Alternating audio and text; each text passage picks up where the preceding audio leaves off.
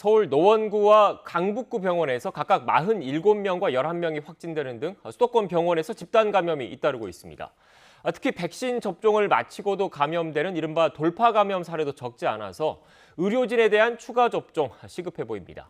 현장에 나가 있는 취재기자 연결해 보겠습니다. 홍민기 기자.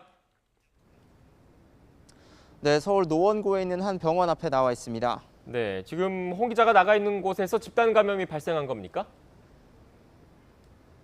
네, 그렇습니다. 제 뒤로 보시는 것처럼 병원 입구는 폐쇄돼 있고 문 앞에는 병원 직원들만 다른 입구로 출입하라는 안내가 붙어 있습니다.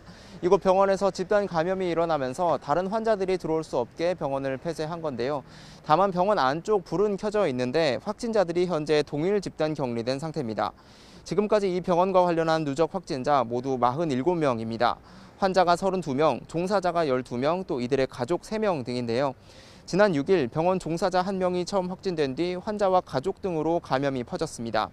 역학조사 결과 창문을 통한 자연 환기는 가능했지만 확진자가 발생한 일부 병실에서 밀집도가 높았던 것으로 나타났습니다.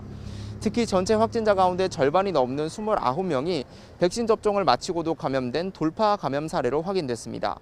또 서울 강북구에 있는 다른 병원에서도 집단 감염이 일어나 13명이 감염됐는데요.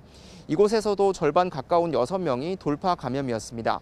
방역당국은 코로나19 치료병원 종사자들부터 추가 접종을 마친 뒤 다음 달부터 병원급 이상 의료기관 종사자들에게도 추가 접종한다는 계획입니다. 네, 정부는 다음 달부터 단계적 일상 회복에 들어갈 준비를 하고 있는데 수도권 다른 곳의 감염 상황은 어떻습니까?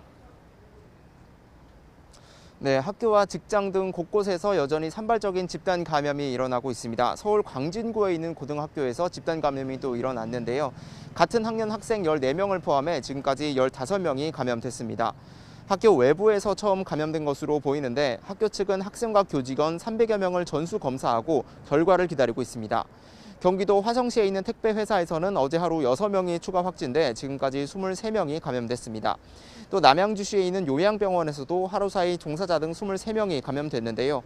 방역당국은 확진자를 제외한 접촉자 47명을 동일 집단 격리 조치하고 돌파 감염 여부 등을 확인하고 있습니다.